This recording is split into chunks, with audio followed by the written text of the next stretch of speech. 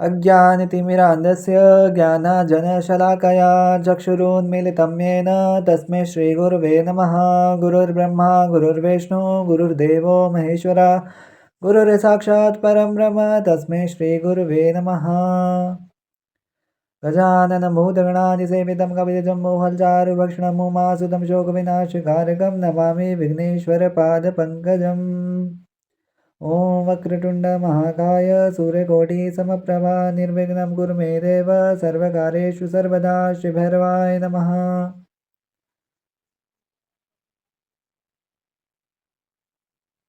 तो जैसे कि आप सभी को ये पता ही है कि अभी हम जो है वो वराह पुराण के ऊपर बात कर रहे हैं और इसी के अध्याय कवर कर रहे हैं। अगर अभी भी आपने पुरानी वीडियोस जो हैं वो पीछे की भी वीडियोस नहीं देखी हैं तो उन्हें ज़रूर देख लीजिएगा, क्योंकि आगे बहुत सारे प्रसंग ऐसे हैं, बहुत सारे अध्याय हैं कि जो आपस में इंटरलिंक्ड हैं और कनेक्टेड हैं। बिना इन अध्यायों के बारे में जाने आप जो है वो आगे के अध्याय जो हैं वो नहीं समझ पाएंगे पूर्ण रूप से। तो आपसे एक विनम्र अनुरोध रहेगा कि आप जो है वो पहले जो भी पीछे के अध्याय हैं उन्हें भी ज़रूर कवर अप कीजिएगा। और इसके साथ साथ जो है वो हर अध्याय में, जैसे कि हमने पिछले अध्याय में भी सीखा था कि हमें जो भगवान के नाम से जुड़ना है। और यदि हम ना भगवान का नाम जप करते हैं, और जैसे कि हमारी गुरु परंपरा में हमारे गुरु माँ भी ऐसा कहते हैं कि अगर हम नाम जप करते हैं तो उससे निश्चित रूप से जो है वह हमारा कल्याण होता ही है और भगवत धाम की प्राप्ति भी ज़रूर होगी, जैसा कि हमने पिछले अध्याय में जो है वो बात करी है। तो आज का जो ये अध्याय है ये बहुत ही ज़्यादा इम्पोर्टेंट इसलिए भी है क्योंकि इसमें जो है वो पुंडरीकाक्षपार स्तोत्र का जो है वो बहुत अच्छी तरह से जो है वर्णन मिल जाता है। तो बिना किसी देरी के जो है वो सीधा जो है वो मैं शुरू कर रहा हूँ। किंतु यदि आपने इन स्तोत्रों के बारे में जो है पूर्ण रूप से जानकारी लेनी हो ना, तो इस वराह पुराण को एक बार मेरे कहे से ज़रूर पढ़ना। और इसमें ना बहुत अच्छी-अच्छी बातें ऐसी भी हैं, क्योंकि देखिए वीडियो में कंपाइल अप करना बहुत, जिसे कहते हैं कि थोड़ा-सा टफ हो जाता है और बहुत सारी चीज़ें कई बार छूट भी जाती हैं। किंतु इसमें जो है वो ऐसा नहीं है बिल्कुल भी। इसमें बहुत ही विस्तृत रूप से जानकारी दे रखी है और बहुत सारे ऐसे जो तथ्य हैं, जब आप इसको पढ़ेंगे तभी आप उसे समझ पाएँगे। ऐसे ही जो है वो ऐसे भी देखो बता तो मैं रहा ही हूँ, किंतु मेरा आशय ये है कि एक बार जो है वो इस वराह पुराण को ज़रूर पढ़िएगा। और एक मैं बात कहूँ यहाँ पे कि देखिए ये जो गीता प्रेस का से प्रकाशित ये जो वराह पुराण है, ये बहुत हद तक ओरिजिनल है और इसे ज़रूर पढ़ना। और अगर आपके पास ये वराह पुराण नहीं है तो आप इसे ज़रूर परचेज़ करना, क्योंकि सनातन धर्म के इन ग्रंथों को जो है वो ज़रूर हर घर में होने चाहिए। एटलीस्ट गीता तो होनी ही चाहिए हर घर में। ये तो देखिए गीता रखने से फ़ायदा नहीं होता। अक्सर मैंने ये देखा है कि लोग ग्रंथ तो ले लेते हैं बट उसका अध्ययन नहीं करते हैं, और जब तक अध्ययन नहीं हो पाएगा ना तो वो ग्रंथ किसी काम के नहीं हैं। ग्रंथ जो हैं वो हमारे जीवन को नई दिशा दिखाने वाले हैं, और जब इन ग्रंथों का सही रूप से जो है वो अध्ययन किया जाता है ना, और उसको उसकी जो सीखें हैं उसको जीवन में उतारने का जब प्रयास किया जाता है ना, तभी निश्चित रूप से कल्याण होता है और तभी भगवान की प्राप्ति हो सकती है। खैर अब मैं सीधा ही यहाँ से शुरुआत कर रहा हूँ कि पृथ्वी देवी जो हैं वो भगवान वराह से बोलती हैं कि बृहस्पति देव जी से जब महाभाग रम्भे जी और राजा वसु जी जो हैं वो मिले, तो उसके मिलने के पश्चात जब उनका संदेह दूर हुआ है, उसके बाद उन्होंने क्या किया? तो भगवती की कृपा से जो है वो उन्होंने क्या किया, भगवान की कृपा से क्या किया उन्होंने? तो भगवान वराह कहते हैं कि पृथ्वी राजा वसु ने अपने राज्य का पालन करते हुए पुष्कल दक्षिणा वाले अनेक विशाल यज्ञों द्वारा भगवान श्री हरि का जो है वो यजन किया। उन्होंने देवेश्वर भगवान नारायण को यज्ञ आदि कर्मों के अनुष्ठान द्वारा तथा सभी प्राणियों में अभेद दर्शन की साधना करके प्रसन्न किया था। कि हर प्राणी के अंदर वही परमात्मा है, वही भगवान नारायण जो है वो अनंत रूपों में जो है वो दर्शन दे रहे हैं।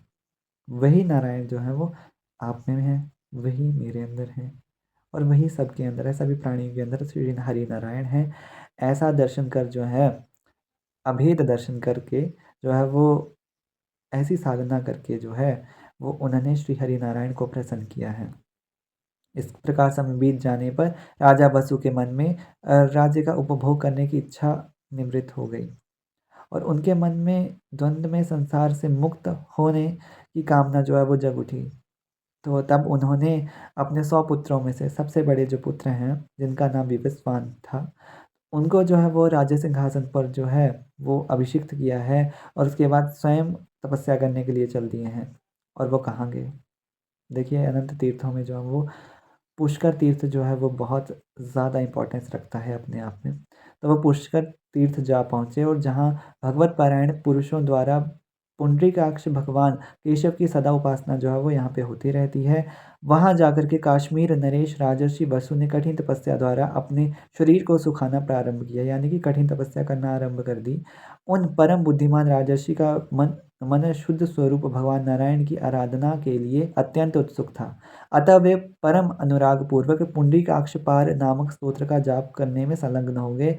दीर्घ काल तक उन्होंने उसी स्तोत्र का जो है वो जप किया है और महाराज वसु पुंडरीकाक्ष भगवान श्री हरि में विलीन हो जाते हैं इस स्तोत्र के निरंतर जाप के बाद, जब भगवान जी जो हैं वो उनके ऊपर कृपा करते हैं।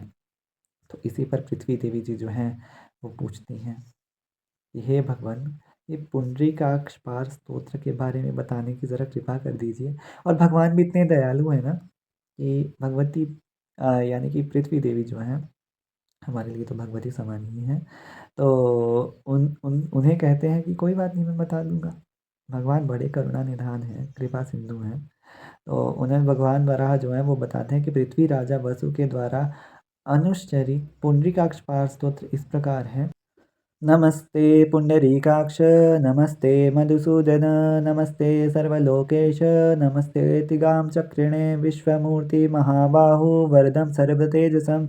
नमामि पुंडरीकाक्षं विद्या विद्यात्मकं विभुम् आदिदेव महादेव वेद वेदांगपारगं गंभीरं सर्वदेवानं।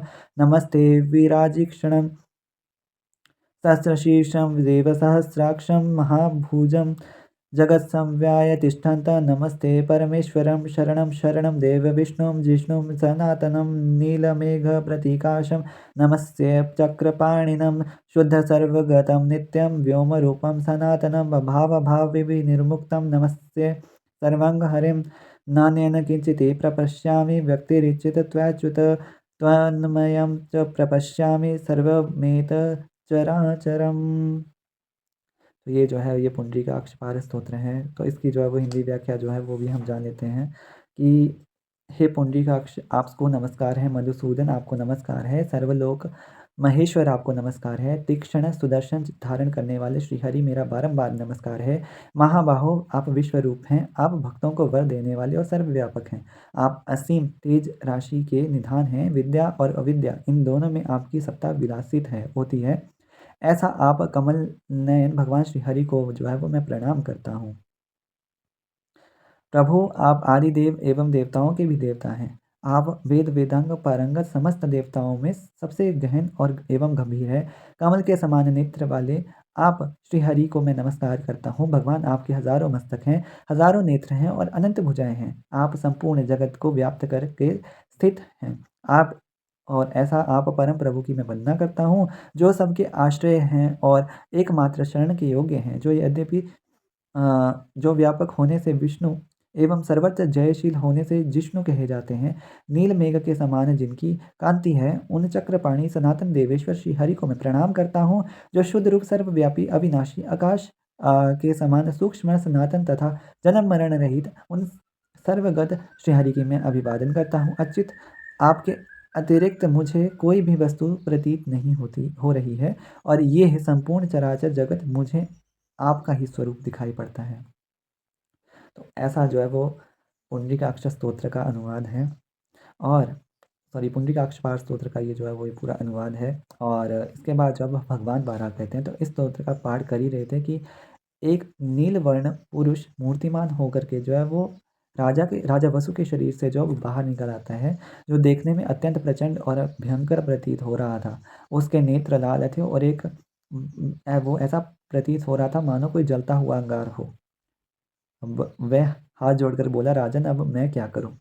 तो राजा वसु जो हैं वो उस पुरुष से जो है वो कुछ पूछते हैं कि अरे तुम कौन हो और तुम्हारा क्या नाम है? बताने की कृपा तो करो।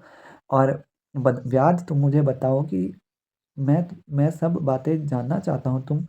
वो कहीं न कहीं जान चुके थे कि ये व्याध हैं। और तुम कहाँ से आ गए? और मुझे सारी बातें बतानी का जो है वो तुम एक तरह से कृपा ही करो। तो ऐसा जो है वो राजन जब आग्रह करते हैं तो व्याध कहता है कि राजन, प्राचीन काल की बात है कि कलयुग के समय तुम दक्षिण दिशा में जनस्थान नामक प्रदेश के राजा थे। वीरवार एक समय तुम वन्य पशुओं का शिकार करने के लिए जंगल में गए थे और उस समय तुम्हारे पास बहुत से घोड़े थे। यद्यपि तुम्हारा उद्देश्य हिंस्र पशु जन-जंतुओं का वध करना मात्र ही था, किंतु उस समय क्या हुआ उनसे कि एक मृग जो था वो उनके हाथों से मारा गया। और वो मृग कौन था? एक बहुत ही बड़े तपस्वी ऋषि थे, जो कि मृग का रूप धारण करके वन में विचरण करते थे। और जैसे ही उनका जो है वो राजा ने शिकार किया है, उस मृग का शिकार किया है, तो वो भी भूमि पर गिर पड़े हैं, वो तपस्वी महर्षि भी। और किंतु जब राजा ने जो है वो पास जाकर के देखा है, तो मृग रूप धारण करने वाले वे मृत ब्राह्मण जो हैं वो उनको दिखलाई पड़े हैं। और ये घटना जो है वो एक पर्वत पर घटित हुई थी और उसका जो नाम है वो प्रस्त्रवंत है। महाराज, उस समय ब्राह्मण को मृत देखकर तुम्हारी इंद्रियां और मन सब के सब क्षुब्ध हो उठे। तुम वहाँ से लौट आए। तुम ये घटना किसी और को भी और तुमने जो है वो ये पूरी की पूरी घटना जो है वो औरों को भी बताई। और राजन कुछ समय बीत जाने पर सहसा एक रात को ब्रह्म हत्या के भय से तुम जो है वो बहुत डर गए थे और आतंकित हो उठे। अतः तुमने विचार किया कि इस ब्रह्म हत्या की शांति के लिए मुझे कुछ तो प्रयत्न करना ही चाहिए, जिसके परिणाम स्वरूप इस पाप से मुक्त हो जाऊं। महाराज, सनंतर समय आने पर भगवान नारायण का अनवरत चिंतन करते हुए तुम परम पवित्र द्वादशी पर्यंत व्याप्त शुद्ध एकादशी का उपवास व्रत भी किया।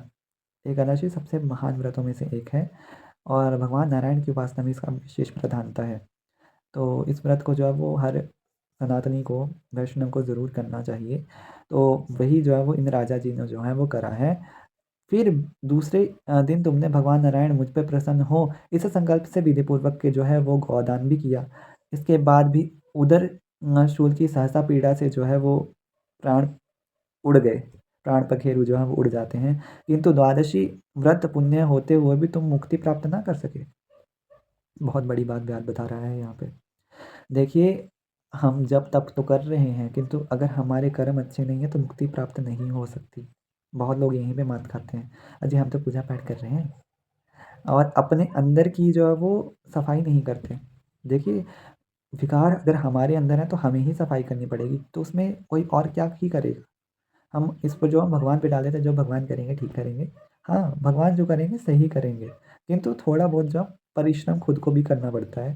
तो यहाँ पे ये बात बहुत स्पष्ट रूप से दिखाई पड़ती है कि कई बार कईयों के कर्म इतने बुरे होते हैं ना, कुछ चीज़ें हमसे कुछ ऐसी गलतियाँ हो जाती हैं कि जिससे ना मुक्ति नहीं मिल पाती। तो ऐसे कर्मों से जो है वो बचना चाहिए। तो इसके बाद क्या हुआ जानते हैं। और इसका कारण जो है फिर व्यास बताता है, तुम्हारी सौभाग्यवती रानी का नाम नारायणी था। मृत्यु के समय जब तुम्हारे प्राण कंठ में आ गए थे, उस समय तुम्हारे मुख से उसके नाम का उच्चारण हुआ था। उसी से तुम्हें उत्तम गति की प्राप्ति हुई और तुमको एक कल्प पर्यंत तक विष्णु लोक में जो है वो निवास प्राप्त हुआ। बहुत बड़ी बात है। भगवान के नारायण जी का नाम था ना बीच में, नारायणी। नारायणी वैसे माता लक्ष्मी का भी नाम है, महालक्ष्मी का नाम है और नारायण का नाम था, भगवान का नाम था। तो जो है वो उनको भगवान के नाम से जो है भगवान के धाम की प्राप्ति हो गई और एक कल पर्यंत तक जो है वो विष्णु लोक में जो है वो उन्होंने निवास किया है। विष्णु लोक गमन करने के पूर्व जो है वो व्यास बता रहा है कि मैं तुम्हारे ही शरीर में था। अतः मैं उस समय एक भयंकर परम राक्षस के रूप में था और तुमको अपार कष्ट देना चाहता था। अब ब्रह्म राक्षस यहाँ पे जो है वो ये व्याध और कोई नहीं है। ये कहीं न कहीं इसका संबंध जो है उसी घटना से है पीछे, जो मृग मारा गया था ना, ब्राह्मण मारा गया था। तो इसका संबंध कहीं न कहीं वहीं से ही जुड़ता है। चलो आगे देखते हैं। तो ब्रह्म राक्षस रूप में था और उस वक़्त मैं जो है तो तुम्हें अपार कष्ट देना चाहता था। इतने में भगवान विष्णु के जो है वो पार्षद आ गए और उन्होंने मूसल से जो मुझे मारा। तो मैं संक्षीर्ण होकर के तुम्हारे रोमकूपों से मार्ग से निकल कर बाहर गिर पड़ा। महाभाग इसके पश्चात ब्रह्म का एक अहोरात्र कल्प की अवधि समाप्त होने पर महाप्रलय हो गया। तदनंतर सृष्टि के आरंभ होने पर इस कल्प में तुम कश्मीर के राजा सुमना के पुत्र के रूप में उत्पन्न हो। इस जन्म में भी मैं तुम्हारे शरीर के रोमकूपों के मार्ग से पुनः प्रविष्ट हो गया। तुमने इस जन्म में भी प्रभुत दक्षिणा वाले अनेक यज्ञों का अनुष्ठान किया, किंतु सभी सभी यज्ञ जनित पुण्य मुझे तुम्हारे शरीर से बाहर निकालने में असमर्थ रहे, क्योंकि तुमने इनमें जो है वो कभी भगवान का नाम ही नहीं लिया, उच्चारण तक नहीं किया। अब जो तुमने इस पुंडरीकाक्ष पाठ सूत्र का पठन अनुष्ठान किया है, इसके प्रभाव से मैं तुम्हारे शरीर से जो है बाहर आया हूँ। और राजेंद्र, मैं वही ब्रह्म राक्षस अब व्याध बन करके पुनः प्रकट हुआ हूँ। पुंडरीकाक्ष भगवान नारायण के इस स्तोत्र सुनने के प्रभाव से मेरी जो पापमयी मूर्ति थी, अब वह समाप्त हो गई है और उससे अब मुक्त हो गया हूँ। राजन, अब मेरी बुद्धि में धर्म का उदय हुआ है।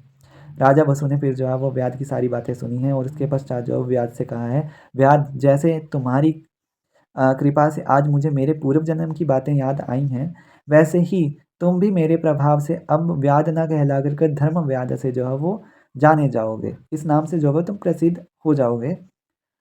और जो पुरुष इस पुंडरीकाक्ष पार स्तोत्र का उत्तम स्तोत्र का श्रवण करेगा, उसे भी पुष्कर क्षेत्र में विधि पूर्वक स्नान करने का फल सुलभ हो जाएगा। तो भगवान वराह कहते हैं फिर कि जगन्धात्री पृथ्वी राजा वसु धर्म व्याध से इस प्रकार कह करके एक परम उत्तम जो है वो विमान पर आरूढ़ हुए और भगवान नारायण के लोक में जाकर के उनकी अनंत तेजो राशि में जो है वो विलीन हो गए। तो यहाँ पे इस अध्याय का जो है वो समापन होता है। तो आपसे भी यही प्रार्थना करूँगा कि जो आप थोड़ा ही समय दें, भगवान की नाम जप में जो है वो ज़रूर जो है वो लगें। और चाहे आपके पास थोड़ा ही समय क्यों ना हो, पर उसे जो है वो भगवान के चिंतन में और भी व्यतीत करें, क्योंकि कहीं न कहीं जो है वो कल्याणकारी हैं। और भगवान का अगर हम नाम जप करेंगे ना, तो हम भगवान के धाम को जाएँगे। ऐसा हमें सोच कर के रखना चाहिए। इसी के साथ जय माँ, जय गुरुदेव। मिलते हैं अगली वीडियो में।